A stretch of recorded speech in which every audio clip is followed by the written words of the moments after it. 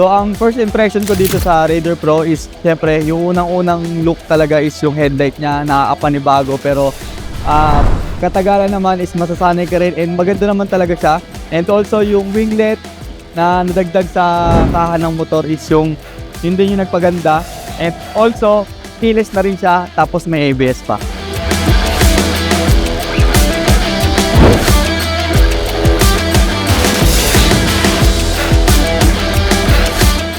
So congratulations sa Suzuki sa bagong nilabas na Raider series, itong Raider Pro at Raider Blade. And alam kong maraming makakagusto nito at magkakaroon na idea kung paano nila i-modify yung mga motor nila. So yun lang and congratulations Suzuki.